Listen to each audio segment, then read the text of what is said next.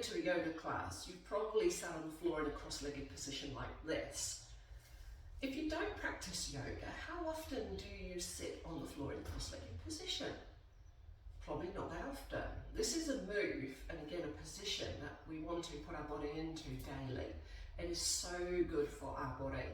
But what you'll notice if you don't do it regularly is when you sit on the floor, you might notice that your knees sit more like this than like this. And that's to do with tightness in the hips, the pelvis and the lower back. So one of the ways you can assist yourself is to take a blanket or a towel, roll it up and place that under your sit bones to give your pelvis a little bit of support, and even me here just noticing that subtle difference, allowing the legs to externally rotate.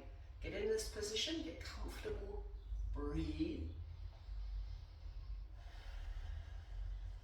Not only is it a challenge for some of us getting into a seated cross-legged position, it's a challenge getting down on the floor and getting back up off the floor from this position. So that's something I want you to incorporate into this cross-legged position if you do it on a daily basis.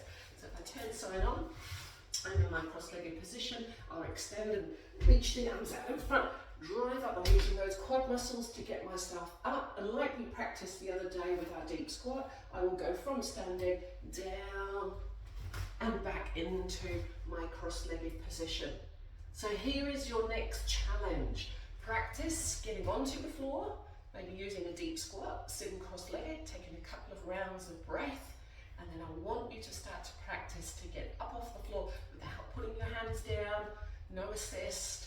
Yes, it might take a couple of tries, but it is so important for our body to practice getting onto the floor, getting up off the floor, and sitting in a classic cross-legged position. Quite often, some of you who come to my classes will know that I will often change and alternate one leg in front of the other. So sometimes sitting with right in front of left, and other times left leg in front of the right.